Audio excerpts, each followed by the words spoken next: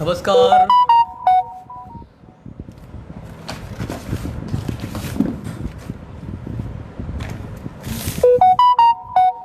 नमस्कार सभी लोगों को। मैं उदय किरण राजपूत, ज़िला जालौन से, और सभी बच्चों को ढेर सारा प्यार और आशीर्वाद। एडू स्टेप के इस लाइव कार्यक्रम में आप सभी का हार्दिक स्वागत है, अभिनंदन है। और इस एडू स्टेप की लाइव वर्कशॉप कहूँगा इसको, और मैं आपके बीच में यहाँ साझा करूँगा एक साइंस प्रोजेक्ट जो कक्षा 7 साइंस से लिया गया है। इकाई 16 में सबसे पीछे आप देखेंगे तो उसके पीछे एक प्रोजेक्ट कार्ड दिया गया है बच्चों को, जिसमें लिखा गया है कि जो बच्चे हैं वो टीचर की सहायता से इस पेरिस्कोप को बनाएं। तो यहाँ पर मैं एक बहुत ही सरल तरीके से आपको साझा करूँगा आपके बीच में। मैंने ये सेटअप ऐसा लगा के रखा है ताकि आप लोगों को सही तरीके से मैं दिखा सकूँ। प्रयास करूँगा कि अपनी पूरी बात आप तक पहुँचा पाऊँ। तो सबसे पहले तो एडू स्टेप को बहुत बहुत धन्यवाद, और आप लोग बने रहिए मेरे साथ इस वर्कशॉप में। तो शुरू करता हूँ। सबसे पहले जिस प्रोजेक्ट का नाम है पेरिस्कोप, उसके पहले हम क्या करेंगे, उसके लिए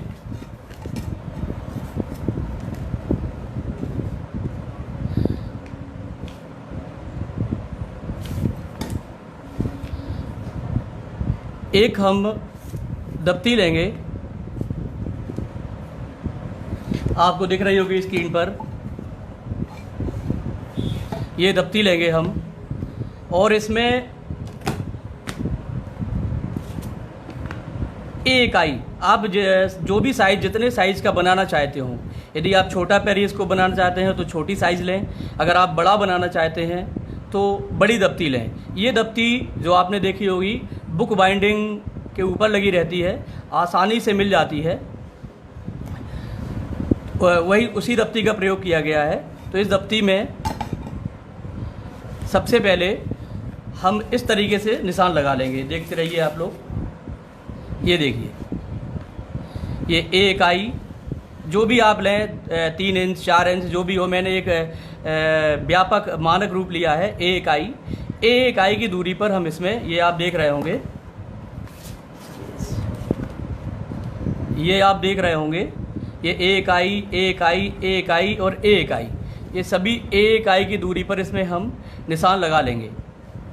इसके बाद में ये जो लाइन दिख रही है, ये लाइन ड्रॉ कर लेंगे, 4 लाइन, और थोड़ा हिस्सा यहाँ पर निकला रहेगा। ये देखिए, ये हिस्सा थोड़ा निकला रहेगा, ये वाला। ये अपना काम केवल ये इसमें 1 2 3 4, ये जो 4 इकाई हैं इनमें काम चल जाएगा।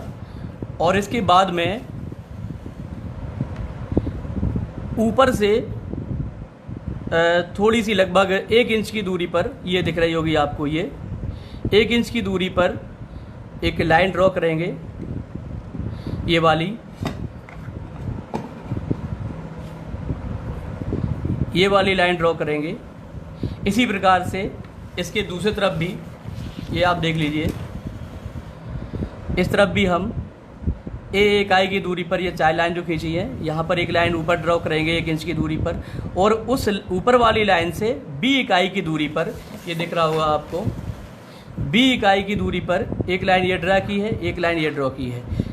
इस तरीके से ये 2 लाइन ड्रॉ की हैं हमने, आपस में दूरी है इनकी बी इकाई, ये दिख रही हुई आपको, ये बी इकाई दूरी ड्रॉ की। फिर बाद में ये 2 विंडो कट अपने हिसाब से एक वर्गाकार स्क्वायर रूप में ये विंडो कट कर लेंगे यहाँ से। और ये देखो, ये 2 लाइन पैरेलल लाइन दिख रही होंगी आपको, एक ये वाली और एक ये वाली, यहाँ पर 2 लाइन ड्रॉ कर लेंगे इस तरीके से। और इसी प्रकार यहाँ भी, यहाँ पर भी हम 2 लाइन यहाँ ड्रॉ करेंगे। ये क्यों करेंगे इसका हम आगे चल के बताएंगे, ये क्यों की जा रही हैं। सबसे पहले तो इसको फिर से समझ लें। ए इकाई की दूरी पर हमने 4 लाइन खड़ी ड्रॉ की, बराबर दूरी रखेंगे। और फिर इसके बाद में ऊपरी वाले सिरे से 1 इंच की दूरी पर एक लाइन ड्रॉ की।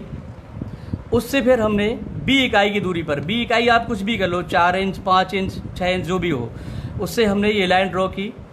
तो ये आपके इस तरीके से डिज़ाइन बनेगी। ऐसे ही डिज़ाइन यहाँ पर बनेगी, यहाँ पर बनेगी। और ये 2 पैरेलल लाइन, एक ऐसे इधर और एक ये इधर, ऐसे ये लाइन कर लेंगे। इसके बाद में हमारा काम क्या होगा, यहाँ पर ये जो विंडो दिख रही है, इस विंडो को हम कट करेंगे। ये स्क्वायर रूप में होगी। ऐसे ही विंडो नीचे है इधर, ये इसको हम कट करेंगे।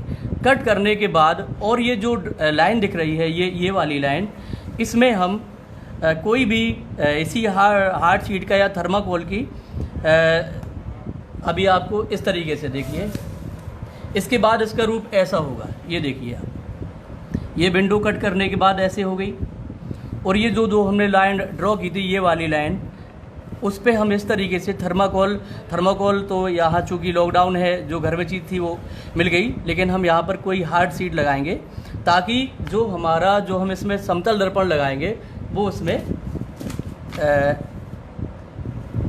इस तरीके से फिट हो सके। ऐसे ये दर्पण लगाएंगे, इसको दर्पण मान के चलिए आप लोग। ये दर्पण है,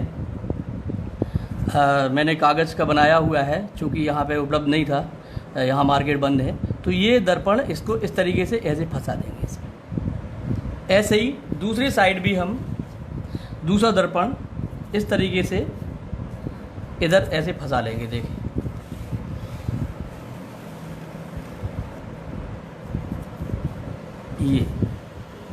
ये याद रखें कि जो इस तरीके से आप देख रहे होंगे स्क्रीन पर, चूँकि मुझे नहीं दिख रही है स्क्रीन,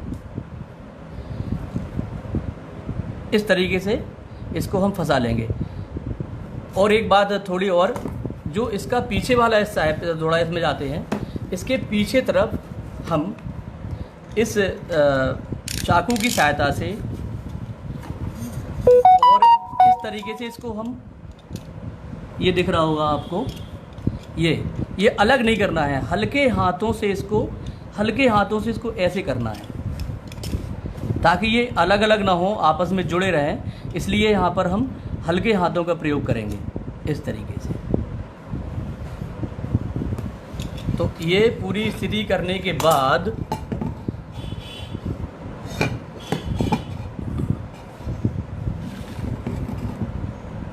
ये स्थिति आपकी ऐसी होगी। ये सेकंड स्लाइड है।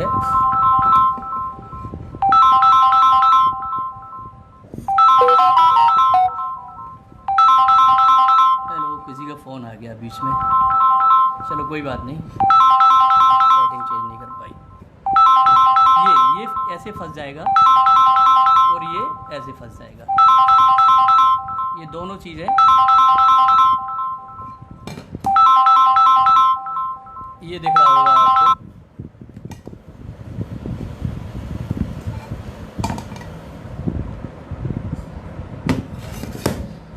मेरे ख्याल से दिख रहा होगा, मैं नहीं देख पा रहा हूँ स्क्रीन, क्योंकि मोबाइल को मैंने ऐसे सेटअप किया हुआ है। इस तरीके से ये फिट हो जाएगा। अब इसको हमें मोड़ना है, तो मोड़ने के लिए देखेंगे हम, ये जो हमने पहले हल्के हाथों से काटा था, ये ऐसे मुड़ेगा।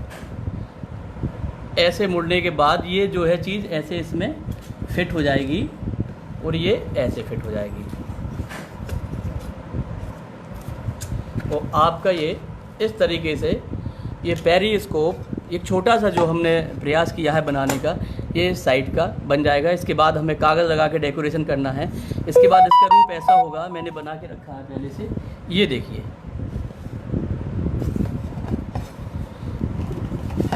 थोड़ा ऊपर करो।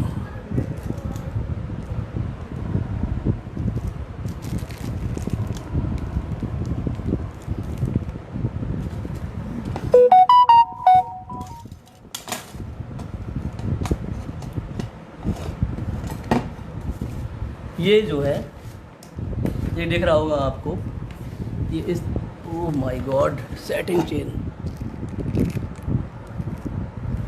ये मैं थोड़ा नीचे बैठ जाऊँ। ये लो।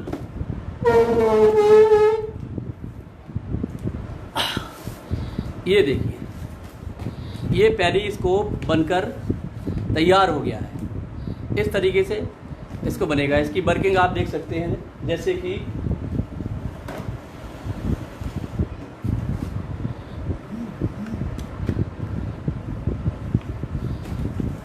ये कक्षा साइंस के कक्षा 7 में है। ये पीछे प्रोजेक्ट कार में दिया गया है और बहुत ही बनाने में सरल है, केवल 10-15 रुपये लागत में बन जाता है। तो इसका प्रोसेस ये है कि आप देख सकते हैं यहाँ कोई लाइट नहीं है, लेकिन मैं यहाँ से लाइट डालूँगा तो यहाँ आपको दिखाई देगी। देखिए,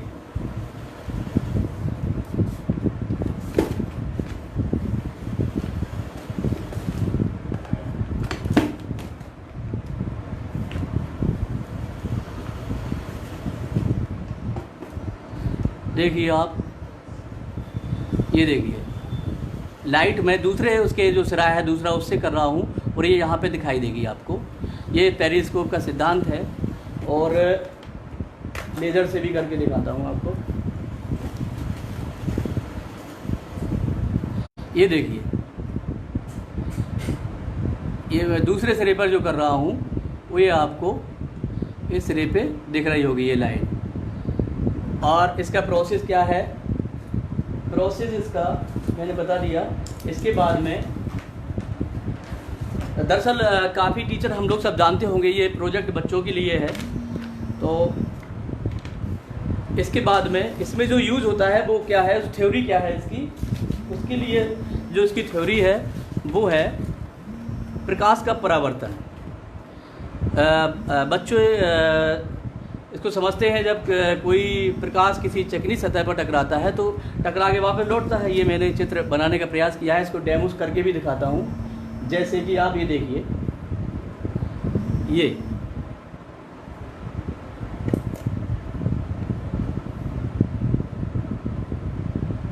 ये प्लास्टिक का बॉक्स है और इसके अंदर मैंने दर्पण लगाया हुआ है और आप इसमें देख पाएंगे कि कैसे प्रकाश का परावर्तन होता है। ये देखिए,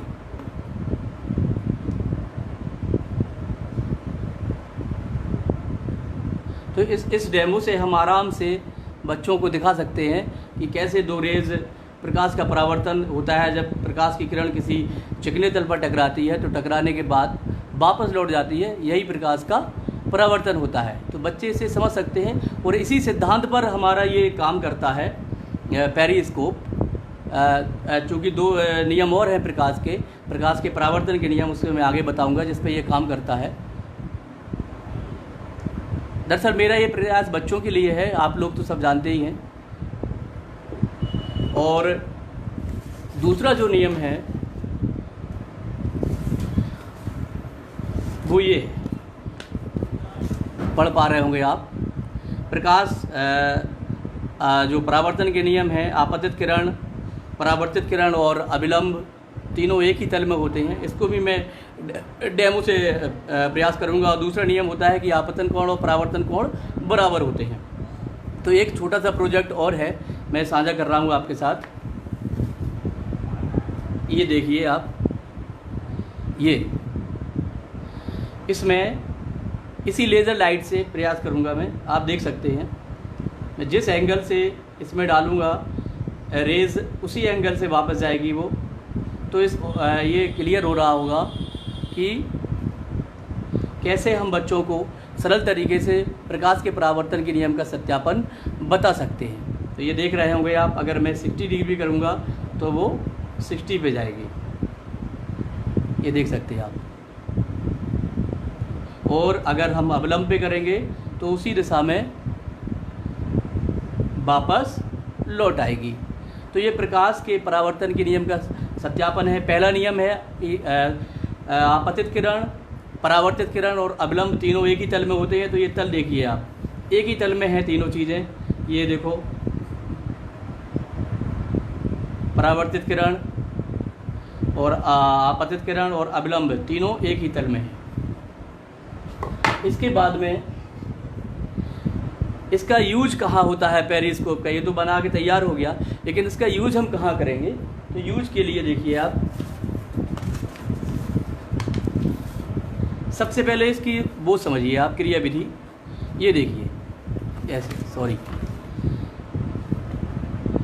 एक बच्चा है और ये दीवार है, इस बच्चे को उस दीवार के उस तरफ देखना है। तो ये जो पेरिस्कोप है इसमें जो दर्पण लगे हुए हैं उसकी खास बात होती है कि वो 45 डिग्री पर होते हैं।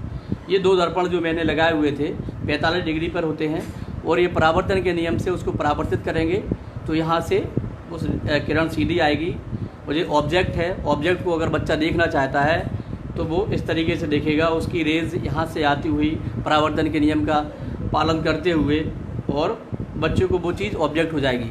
अब इसका प्रयोग कहाँ है? जब हमारे सैनिक सीमा पर युद्ध करते समय जो खाई पर नीचे रहते हैं और उनको ऊपर का देखना है, अगर वो अपना सर ऊपर करेंगे तो निश्चित रूप से वो गोली का शिकार हो सकते हैं। तो उससे बचने के लिए वहाँ पर ये पेरिस्कोप का प्रयोग किया जाता है कि हम नीचे खाई में बैठकर ऊपर की चीज़ें ऐसे हम देख सकते हैं। तो ये इस पेरिस्कोप का वहाँ पर हम प्रयोग करते हैं, बच्चों को भी बता सकते हैं कि इसका यूज़ बेटा यहाँ पर है।